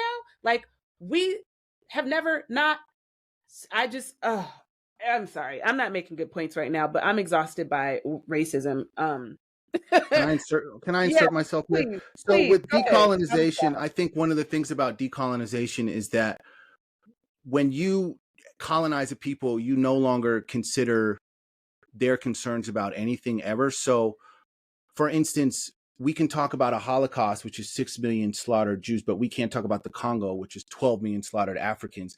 And so I think No, that there's this right. real serious issue with the notion that Black people are collateral damage that we accept. But furthermore, I think the bigger point here is that, like, they know our power more than we know our power. And this is something that we really have to talk about as Black people, because I do believe the solution to Afro pessimism, the solution is literally Black autonomy, and it's hyper political awareness. And I think that Mhm. when you talk about Black people organizing and collecting and having conversations, it's not going to happen in a way that's like mass hysteria or like Black Lives Matter. It's going to be small pockets of people who really take it upon themselves to not only politicize themselves, but politicize everybody around them all the time in these perpetual conversations. But there has to be a semblance of a Black agenda. There has to be Black political points. And I think it's very difficult in a colonized world for Black people to assert autonomy en masse. So when you have people like Juliana Margulies or whatever is talking about Black people like they don't exist, you don't exist, or you're fodder, you're all this other stuff. This is the narrative that invariably tells me that even when we aren't worried about ourselves, they are worried about us. They are. So we are this potential of political power that exists here, 13% of the population of the United States, that I genuinely believe can change the world, but it comes from a hyper politicization, but also it comes from organization almost like in secret. If there's, it's like, I'm increasingly starting to have this sense that multiculturalism is another tactic through which you suppress Black autonomy. Because For sure. the BIPOC thing, all this other stuff. So it's like, the only way that somebody like Juliana Margulies is not going to talk about us like that is if they see there is consequence. Like, for instance, she already apologized, right? But Yeah, that was I a don't lie. believe that she's sorry, and I also don't think that there's a respect of Black potential, but not Black kinetic energy. And so there needs to be this deep. And another thing about Twitter and all that other shit is that you have what you'll have is like the Twitterification of Black liberation is FBA. The Twitterification of Black liberation is ADOS. So when you have this Twitterification of these Black liberation ideas, a lot of times I also look at that as these tactics through which to maintain and suppress genuine Black liberation. Because if you really get to talking about what these people are doing, a lot of times is I heard this interesting term, a panacea, which is a solution for all, a cure-all, right? Yeah. And so this cure-all is reparations. This cure-all is this, and none of that is, to me, the only cure-all is Black liberation, and Black liberation is it's not a singular pill. It's this thing. But when you talk about like the individual relationship with Black liberation, it's like the decolonization of one's mind, the reparations of one's mind as Black people through the education, through the reading, through the books. But it's like, if you are somebody who has gone through that process, you go about spreading it, but only with like minds, because I definitely think that a lot of times you have a lot of Black people who are so alienated from politics that they cannot help but be utilized as an instrument of further Black subjugation because they have no fucking idea what's going on. And so I really think that the only inverse to that is the best thing I can think of is the Black Panther Party. And the way that the Black Panther Party, for a period of time, had, which makes you wonder a lot of times that the conditions surrounding aren't even possible for that. That was something that they desperately wanted to not happen. And any institutional power has since suppressed that potential. Is that true? Or are Black people still capable of organizing in the way the Black Panther Party was? Is that past? Are we still capable of doing that or not? That's because I think that's the solution for Juliana Margulies. That's the solution for Zionists playing with us. That's the solution for us being cannon fodder in every political debate, even if we got no involvement, because there is no organized, mechanized arm of Black politicization, because it's not like the weaponization, militarizing and all that. That's later. The intellectual endeavor, the intellectual insulation of Black people politically, an organized arm, a hammer, if you will, doesn't really, what is it, NAACP? Like, come on, it doesn't exist. Well, yeah, the NAACP has been problematic for a long time, right? But They're co-opted. So I mean, but yeah, so I think that's a huge question, and I think what came up for me in listening to that is like, everybody wants to have followers. Don't nobody want to be a leader. And leadership is a behavior. It's not a you got to embody a title. It's not a title.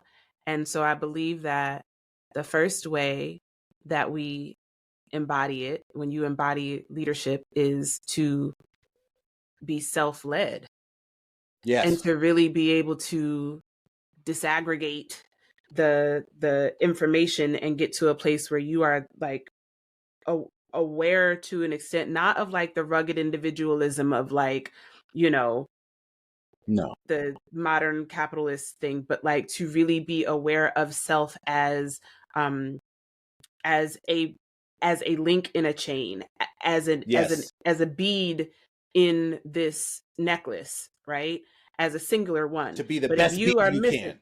yeah, because if you fall out of line, the whole necklace breaks.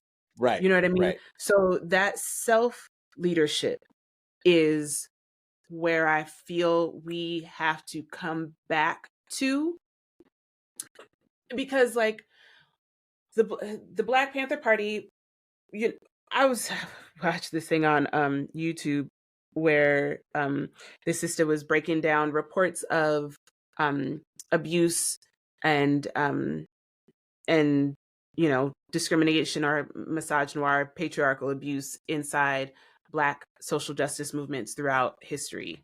Hmm. And in like a list of, I don't know, there were like, it's somewhere in my many notes from the past 3 weeks of research, but she breaks down this list of like, from the Black Panthers to I'm gonna it's everybody, basically all the uncles and aunties in them, Hmm.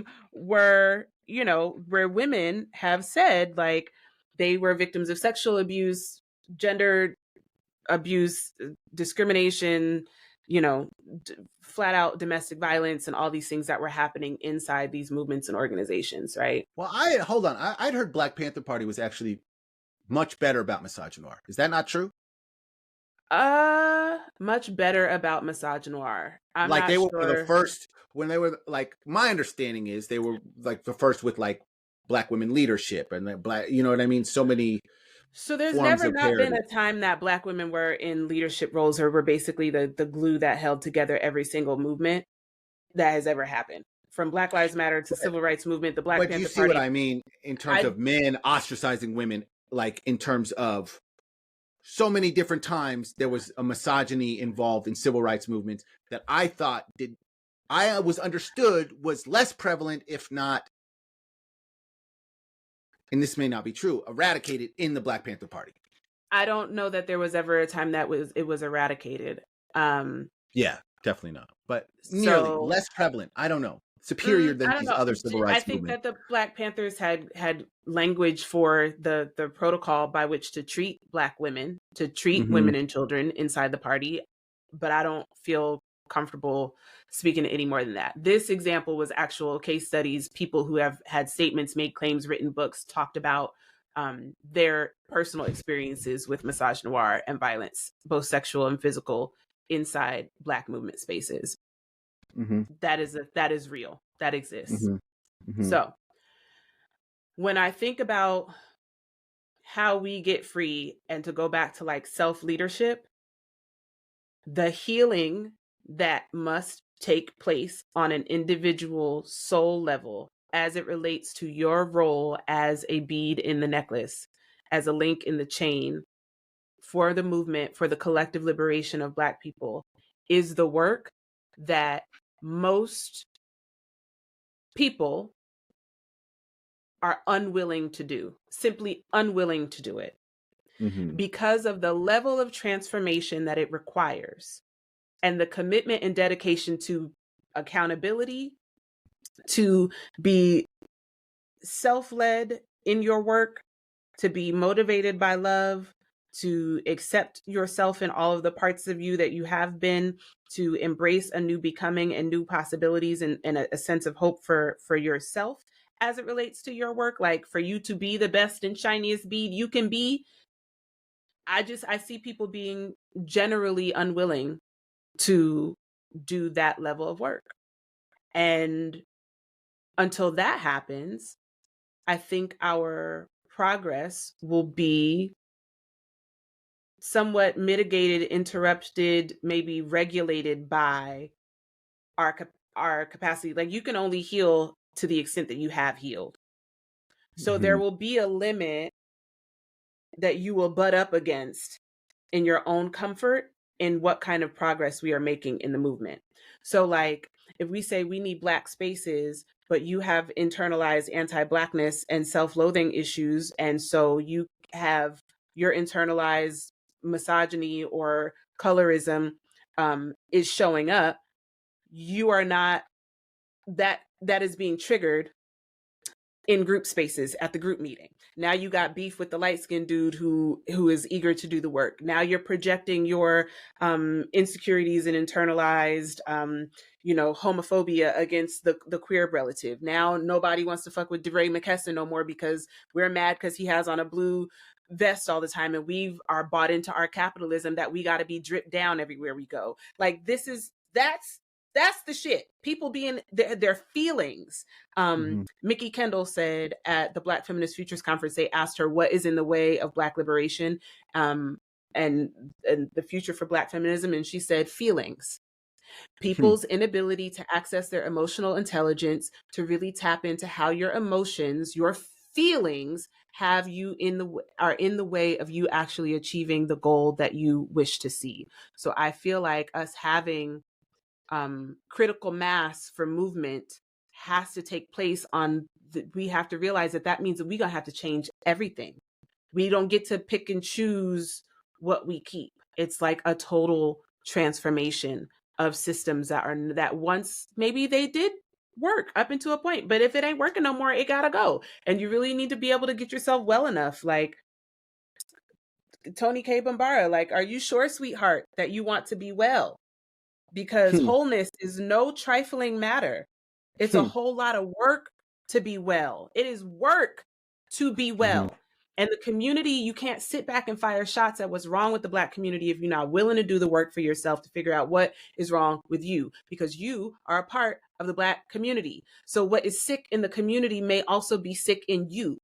And so how do you heal yourself from the poison and get it out so that you can take the medicine back? How do you identify yourself as being as a person who the magic is in you? You are the miracle. You are the magic. You are the medicine. And so once you understand that as true for yourself, you can start to hand that out and tell other people, like, yo, you got the magic. You got the glow. You know Well, what I I think mean? we Like, talked it's in about you that too. initially when we were initially talking before we even started doing the podcast. We talked about our own organization, how much fundamentally this coaching aspect or the mental health is such a primary tenet of whatever group we would build. And that's what I was talking about with cohorts in terms of, like, you can only really build with like-minded people, but it's also, you can only really build with I guess, similarly healthy people in terms of that component about, like, weeding out potentially people who are not valuable contributors is their politics. Are they misaligned? Are they still homophobic, transphobic, misogynistic, misandrist, or whatever? And then also,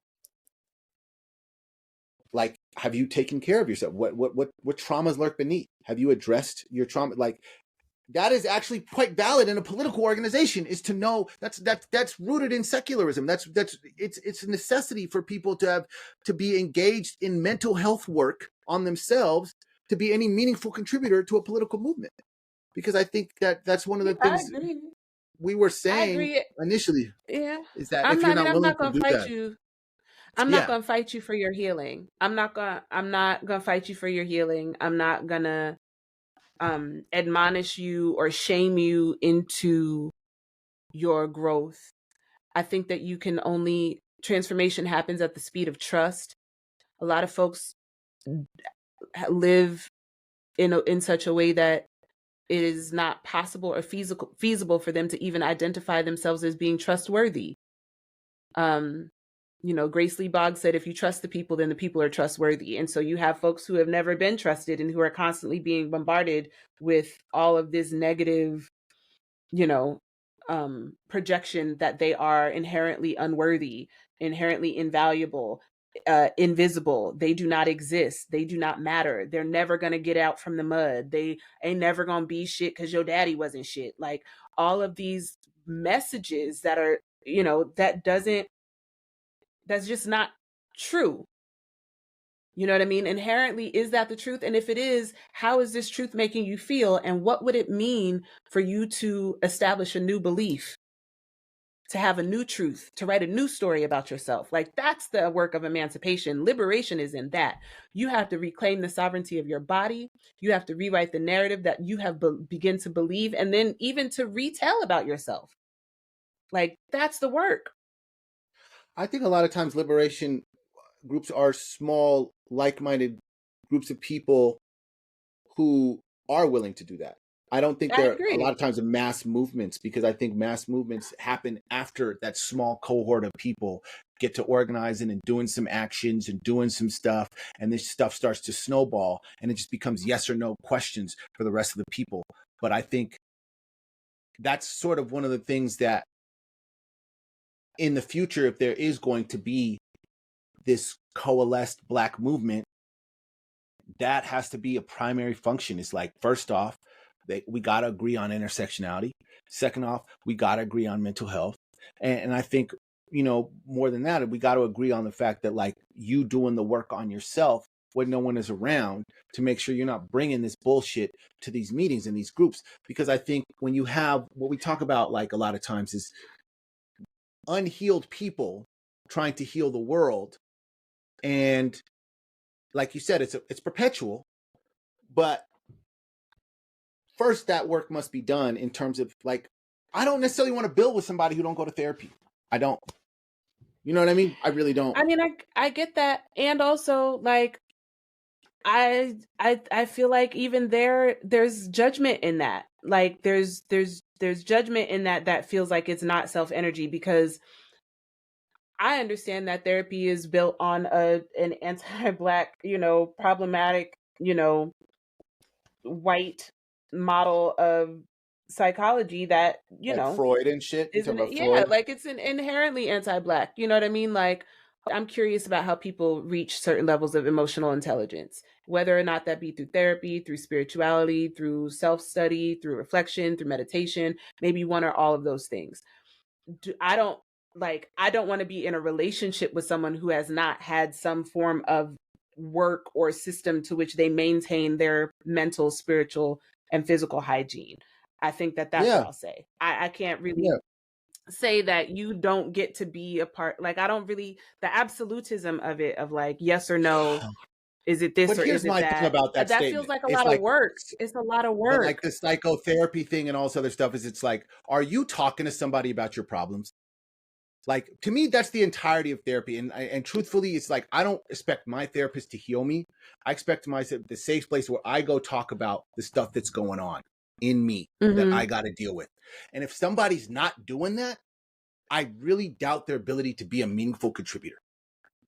And that's what the entirety of my belief on therapy is. Like, if you're not going Not to talk to everybody has somebody access to that, though. And I think that people who don't have access to that can be meaningful contributors to some degree. And I think that when we heal, to some degree, like, to the degree that they are capable, you know what I mean? To the degree that they that's have the what, so that's what capacity we're to talking do about. so. And we're talking about And it might capacity. be, We're talking about it increasing might, said capacity.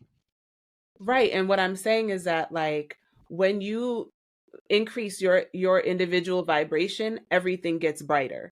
You know what I mean? Mhm. So I think that the work of these small clusters of community, individual shadow work, soul healing, retrieval, religiosity, whatever it is that has you out here being a new shiny version of yourself, um that does more to lift, to elevate the frequency of the people around you than I think is visible with just our judgmental eye.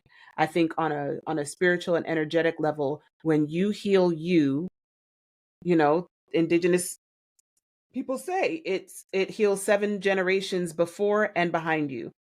When you do your work, you resolve a lot of the trauma because you're not carrying it and perpetuating it, and it unburdens a lot of the ancestral trauma that we carry. It is important. So the impact of doing your individual work, I think, begins to allow you to attract more people who are aligned with that frequency, and folks who are not will fall away. There will always be Mhm. people who vibrate at a certain resonancy or frequency. And I think that there's a necessity for them in the world. Look, there's a Of necessity for course. some goons in the world. There's been some times where I done been like, I really wish I had a goon right now. You know what I mean? Yeah, Or sure, whatever. for So sure. like A there, use you for know, no unhealed mud, no people. lotus.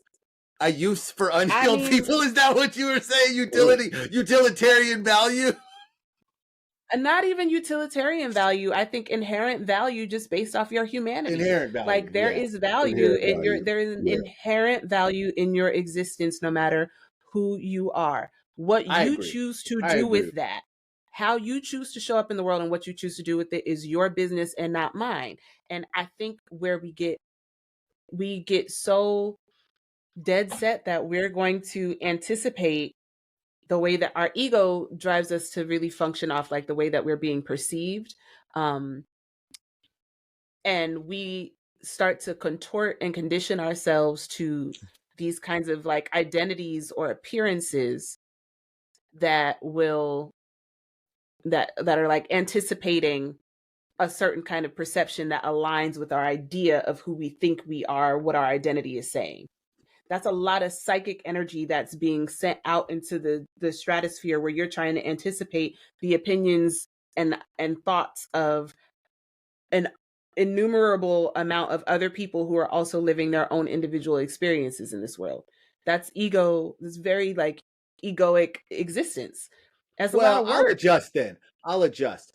I know when I say build and organize and work, there's obviously roles and places for people who are not as willing to do as much of that work of themselves as others. But I would say at the highest levels of abstraction, of conceptualization, of ideas, I am most interested in those who are willing to do the intellectual labor of research and reading, and I'm most interested in those who are willing to do the intellectual work or the spiritual or whatever physical, emotional, mental work of healing on themselves and and take that upon themselves with the same vigor that they would approach the work of Black liberation.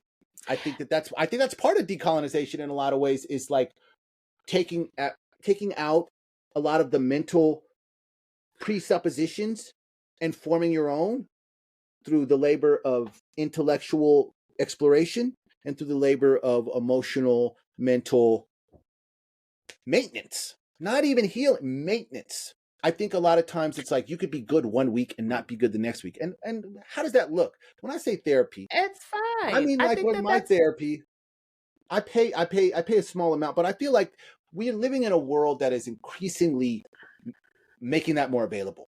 I have a hard time believing that if you desperately wanted therapy, you just could not find it. I feel like well, it's available. sure.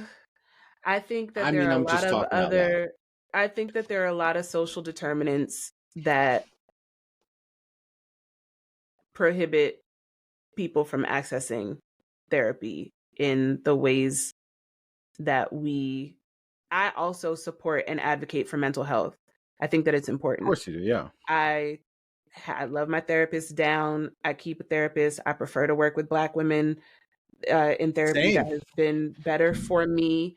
I've never had a Black man therapist, but I've seen two white women for therapy, and that just wasn't my jam. It brought up some other shit that I was like, but every time has its purpose, right? So like, but that is a privilege.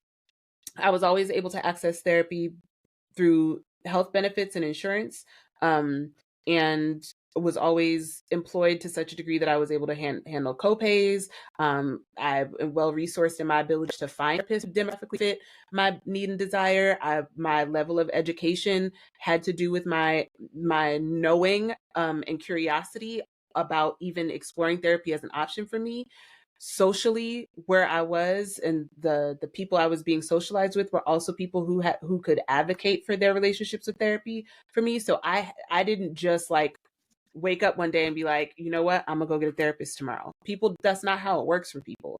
You know what I mean? There are a lot of folks who don't No, have I mean, I that. I I paid for therapy for Medicaid. I had therapy for free 3 years with Thanks, Medicaid. Obama. I was like, I need a therapist. I went to the Thanks, state. Obama.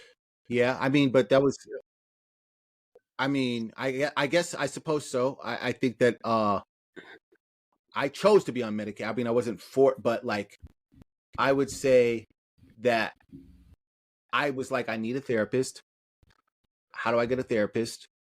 And I just went down this rabbit hole, you know, Well, and and it I'm worked. And it was tremendously valuable. It was tremendously valuable. It solved a lot of shit for me. Therapy primarily. I'm curious about talking to people And I was poor. who are I averse mean, to I'm still therapy. poor. I think that Like, they're you know what I'm saying? because I think we're It kind of cut out like for a second. What did you say? I said I'm It cut curious. out for a second. What Can did you you hear say? me now? I'm Yeah, curious yeah. Mm-hmm. about having conversations with people who are averse to therapy, people who have reasons Yeah, why I've they, had and some there of are those. people I talk to who those feel people. like they have experienced too much trauma, who feel Mm-hmm. hopeless and disenfranchised from their story and narrative, people who have trust issues, people who have, severe issues as it relates to like their financial situations and have like a perception that it's cost restrictive. You know, I talked to one brother one time who was like, I feel like there are so many other people in the world who have it worse than me. I don't deserve to take one of their spots by going and getting into therapy, which I was like, ooh, mm, I'm not going to date you ever. Do you believe that? Did No, you I buy didn't. that? No, Did you I buy didn't that? Or buy did that that. sound Like, are you kidding me? I didn't buy it. But I okay? also, I mean, I Okay. took that as being like, oh, well, I'm gonna let you. It's nice talking to you. Like we're not gonna Yeah. move forward in this romantically because there's a whole lot there, and I can't be coaching people who I'm not Yeah. coaching. You know what I mean? I needed to have my boundaries up in that Yeah. state. But like, Yeah. there's a lot of people who don't. Now my dog is being wild. Stop it. There's a lot of people who don't have the spoons to get the help of therapy. What I'm saying is that we can't judgment and compassion can't exist in the same place at the same time. I have a great deal of compassion for the fact that some folks just ain't where you are right now.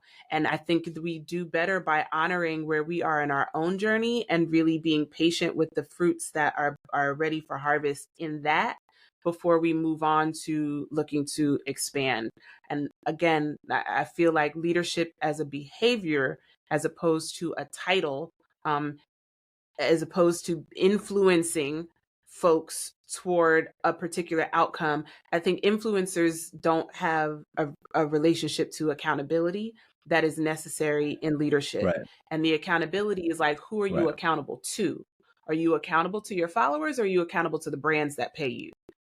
You know what I mean? Like in Right. leadership, Which is a problem in yeah, leadership. Is a problem in political yeah, leadership too. Are you beholden to your constituents, or are you beholden to the big money? You know, that's the dichotomy of yeah. leadership, Who are you perhaps. accountable to? Like, who is your community? Yeah. And Mm-hmm. would the community look to you and say, we can hold that person accountable?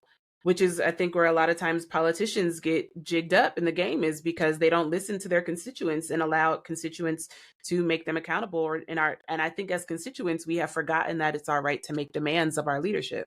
Um, so I don't know. But see, this is where the episode goes into an extra half an hour, and I'm not going to do that today because we're at 1 hour and 58 minutes right now. And I said I think that's a good we were going time. to stop Yeah. 30 minutes ago, but then we started talking more about colonization and decolonization, and just the jig is up. Here's the thing. In closing, I think it Mm-hmm. ain't that deep really got covered with the Juliana Margulies thing, because it is in fact that deep. Like I feel like that's what it was. And what are we reading this week? Books, bitches, and energies. I feel like we kind of covered that throughout the episode, and I didn't read a lot of books this week. Me I either, bro. I I just have didn't. worked with my ass this week, so we'll be back in another couple of weeks with another episode. Um, Maybe a little Well, shorty. that's what I was gonna We say can we too. can 2 weeks from now, you're gonna be out of town. Yeah. Well, So, don't be telling the people my are we business gonna? on the Is show. it gonna Don't be don't tell over? people my business. I'm be out of town. Don't worry about it. They don't need to know our recording schedule. We'll drop an episode. We got some things in the crate. We'll give you some treats and ease on out of 2023. But like, I'm really grateful for the conversation and for this experiment of having conversations about really complex issues, but just really grateful for the reminder to, you know, reel it in and not feel like I need to be an expert in order to have an opinion. And because this is all we're figuring it out, No. and we're not here to solve problems. We're really here to dream and imagine like what solutions could look like.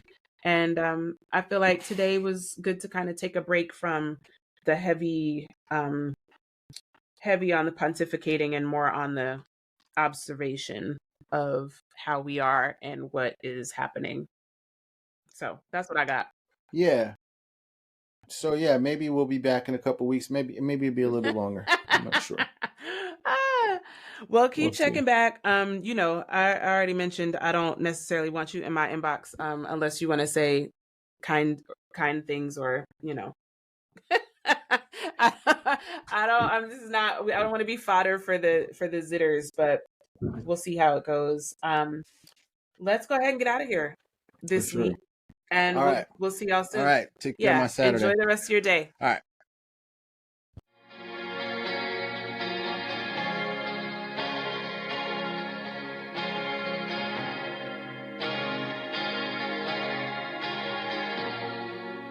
Gonna shiver at the setting sun, glimmers on your ebony skin.